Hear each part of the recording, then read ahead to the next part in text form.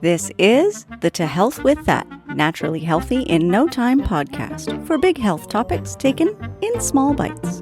I'm your host, naturopathic Dr. Amy Newsel, and this is Season 1, all about the MTHFR mutation.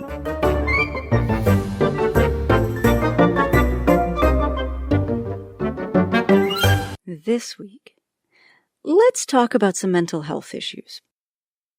So MTHFR can come with a whole host of mental health issues of varying degrees, including depression, anxiety, obsessive-compulsive traits, and more major states like bipolar disorder or schizophrenia.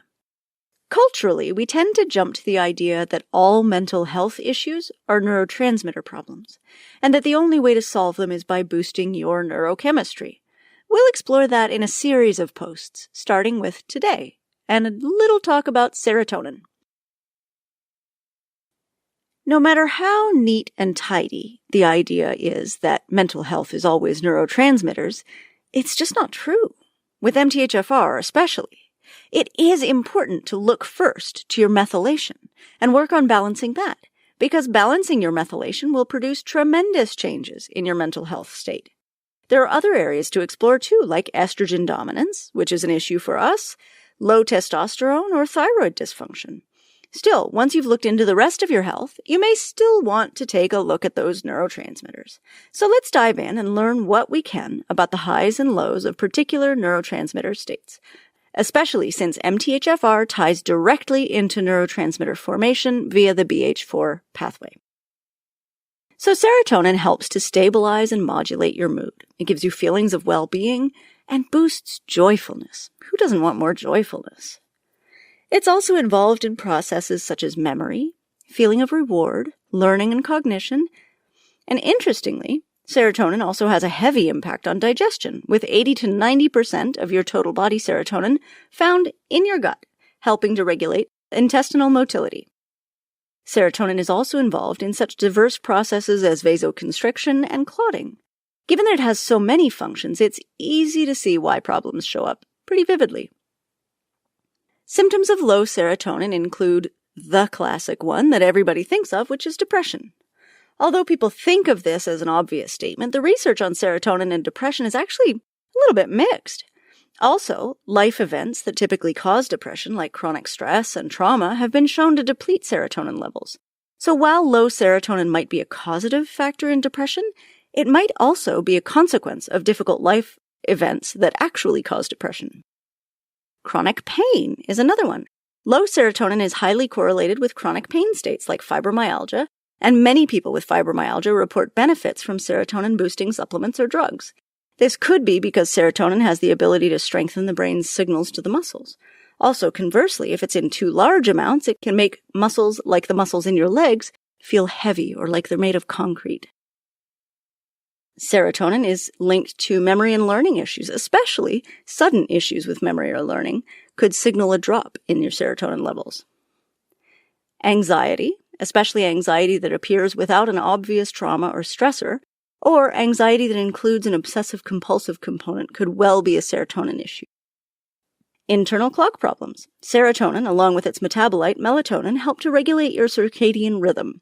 Not sleeping according to a regular schedule, having difficulty keeping up regular hunger and eating patterns, or feeling chronically tired or constantly hyper might indicate a serotonin deficiency. Because of serotonin's relationship with your internal clock and obviously the sleep hormone, serotonin is all tied up with your sleep. Serotonin deficiency may show up as chronic insomnia, unusual sleep patterns, chronic fatigue, or constantly vivid dreams. Appetite irregularity, including eating disorders. Low serotonin symptoms may include overeating, not eating enough, or alternating between those two states. And dementia. Because of its link with memory and cognition, serotonin may play a role in dementia as well. Studies certainly show a link with early dementia, but it's unclear whether low serotonin is a cause or a symptom. And hyperactivity. People with low serotonin might fidget constantly, feel restless or agitated, or be chronically bored. Obviously, serotonin is a big deal for your body, and certainly something that you want to have enough of.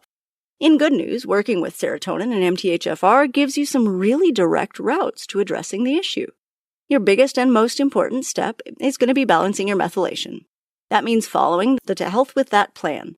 Eliminate folic acid, get a background of good B vitamins without any folate or B12, and then slowly add in methylfolate and a good form of B12, one at a time. All of this while using your symptom tracker.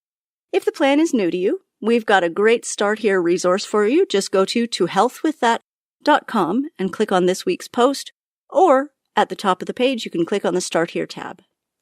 Once you've got your methylation levels where you want them with methylfolate or folate alternatives if you don't tolerate folate, it's time to address serotonin specifically. Here are some things you can try. Melatonin at bedtime. Melatonin is literally made of serotonin, so if you're supplementing at bedtime, it can leave you with more serotonin left over. Plus, it helps improve sleep quality and makes falling asleep easier. It's also a tremendous antioxidant that crosses the blood-brain barrier, which is a total bonus. SAMe. If you're already working on methylation, SAMe might already be something you're familiar with. If it isn't, it can be a good boost to the BH4 pathway that helps your body to crank out the neurotransmitters. Just be careful and raise your dosage slowly because, like methylated B vitamins, SAMe can cause reactions for MTHFR folks if we take too much too quickly. St. John's wort. This potent herb has been incredibly well documented as an aid in depression, and it's documented to raise serotonin levels. In fact, research shows that when you compare St. John's wort to conventional SSRI medications, which are the most frequently prescribed medications for depression in North America, the results are very similar.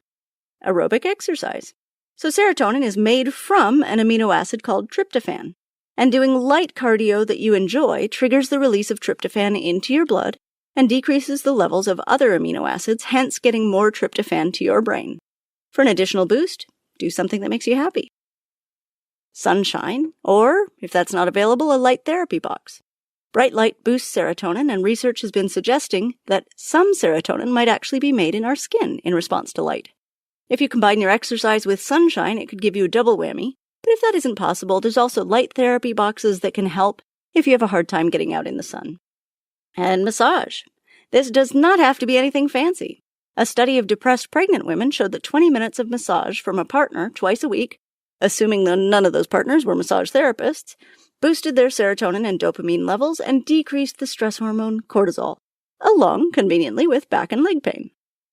All of this boosting is incredible, but I do want to give you a quick warning about serotonin syndrome, which can happen if you take serotonin-boosting supplements on top of some antidepressants, or even just too many supplements.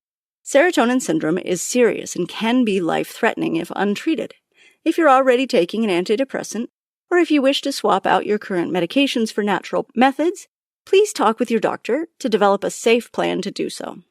Thanks for listening today, and I hope that some of you will think about joining us in the MTHFR community, Genetic Rockstars. Check it out at community.tohealthwiththat.com.